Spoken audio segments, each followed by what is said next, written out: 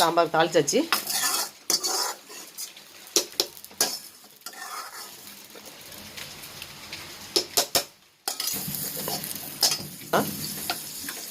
Carrot முருங்கைக்காய் sambar ready ஆயிடுச்சு.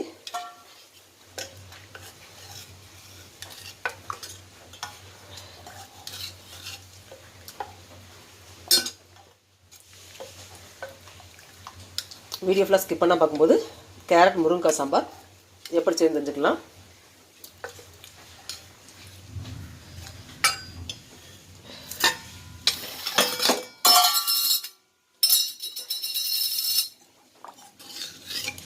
Raji home இந்த லிங்கை கிளிக் பண்ணி லைக் பண்ணிட்டு சப்ஸ்கிரைப் பண்ணுங்கள்.